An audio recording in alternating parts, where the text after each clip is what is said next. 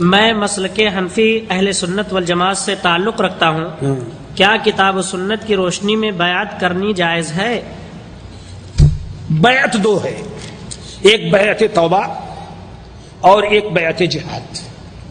اچھی طرح سمجھ لیجیے. بیعت توبہ انبیاء تک ختم ہے.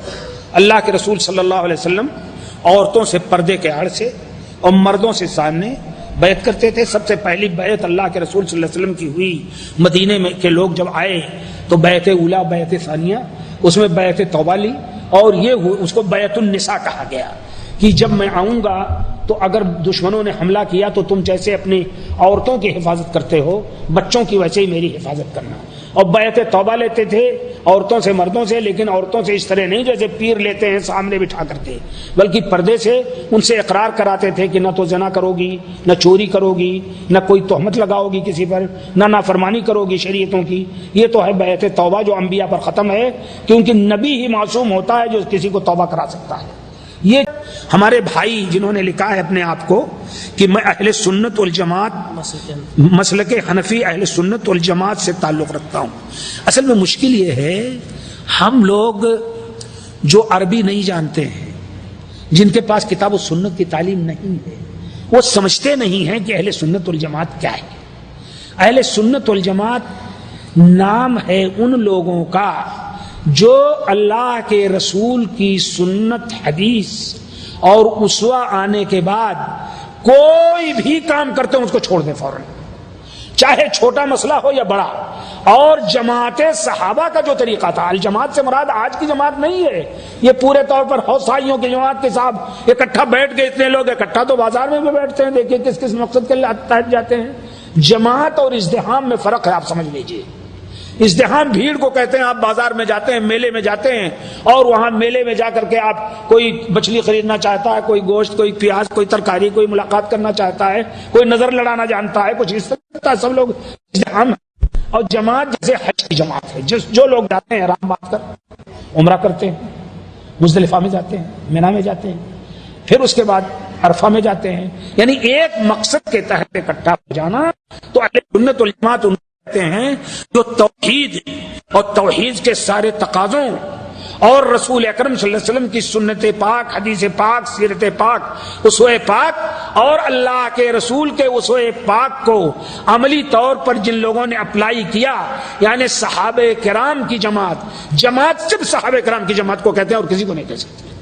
ان کے جو لوگ پورے طور پر متبع ہوں وہ اہل سنت والجماعت ہیں. اب جب وہ ہیں تو آپ کیسے اپنے آپ کو پھر حنفی کہتے ہیں، شافعی کہتے ہیں، مالکی کہتے ہیں، حنبلی کہتے ہیں؟ کیسے اہل سنت والجماعت ہو گئے؟ تو اس کا مطلب یہ ہے کہ حدیث رسول، سنت رسول، اسوہ رسول اور صحابہ کرام کے پورے طور طریقے کو، اور صحابہ کرام کے طور طریقے کا یہ حال ہے کہ حضرت عبداللہ بن عمر کے پاس کچھ لوگ آئے اور کہا حج تمتع کے بارے میں کیا رائے ہے آپ کی؟ تو عبداللہ بن عمر نے کہا کہ اللہ کے رسول صلی اللہ علیہ وسلم نے حج تمتع کی اجازت دی ہے اور اس کو افضل فرمایا ہے. تو کہا اور آپ کے باپ تو منع کرتے تھے. تو کہا کیا میرے باپ کی بات مانو گے کہ رسول اکرم صلی اللہ علیہ وسلم کی بات مانو گے؟ سمجھ گئے آپ؟ یہ ہے صحابہ کا اسوہ کہ کوئی ایک ذرہ برابر اگر کہیں سے کوئی چیز نکل جائے. عبداللہ بن عمر کے لڑکے بلال، ایک تو بلال حبشی رضی اللہ تعالیٰ عنہ مؤذن رسول، ایک لڑکے ان کے بلال تھے. انہیں موجودہ دور کی کچھ چیزیں اس وقت بھی پیدا ہو گئی تھیں، عورتوں میں بے پردگی وغیرہ بھی.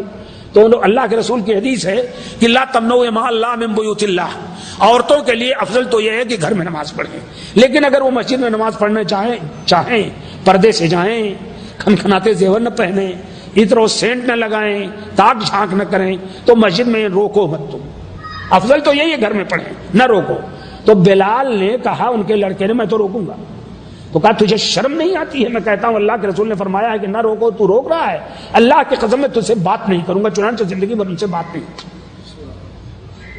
ایسے ہی عبداللہ بن مغفل کا واقعہ ہے. انہوں نے کہا کہ کنکری سے مت کھیلو. یہ کنکری جو ہوتی ہے، اللہ کے رسول نے فرمایا ہے کہ یہ کنکری جو بچے کھیلتے ہیں، کسی کے آنکھ میں لگ جائے تو آنکھ پھوٹ جائے، کسی کے دانت میں لگ جائے تو دانت میں زخم ہو جائے، لہذا کنکری سے مت کھیلو، کھلواڑ دوسرا کرو. تو انہوں نے کہا، اور پھر بھی کھیلتے رہے. تو کہا کہ میں کہہ رہا ہوں اللہ کے رسول نے فرمایا نہ کھیلو، میں تم سے زندگی میں بات نہیں کروں گا. تو اہل سنت والجماعت وہ ہوتا ہے جو جہاں بھی حدیث رسول آ جائے سنت رسول آ جائے، اسوہ رسول آ جائے، قرآن کا حکم آ جائے، صحابہ کا وطیرہ اور عمل آ جائے، وہاں بس ختم، گویا ٹائر پھٹ گیا اس کا، اب چل نہیں سکتا، اس طریقے پہ چلنا چاہیے۔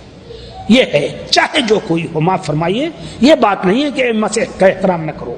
امام ابو حنیفہ، امام شافعی، امام مالک، امام احمد بن حنبل، امام سفیان ثوری، یہ سب کے سب ائمہ خدا تھے، ان کے لیے دعائے مغفرت کرو اور ان کے ساتھ حسن عقیدت رکھو، لیکن اتباع اسی شخص کی کرو جس کا نام محمد الرسول اللہ صلی اللہ علیہ وسلم۔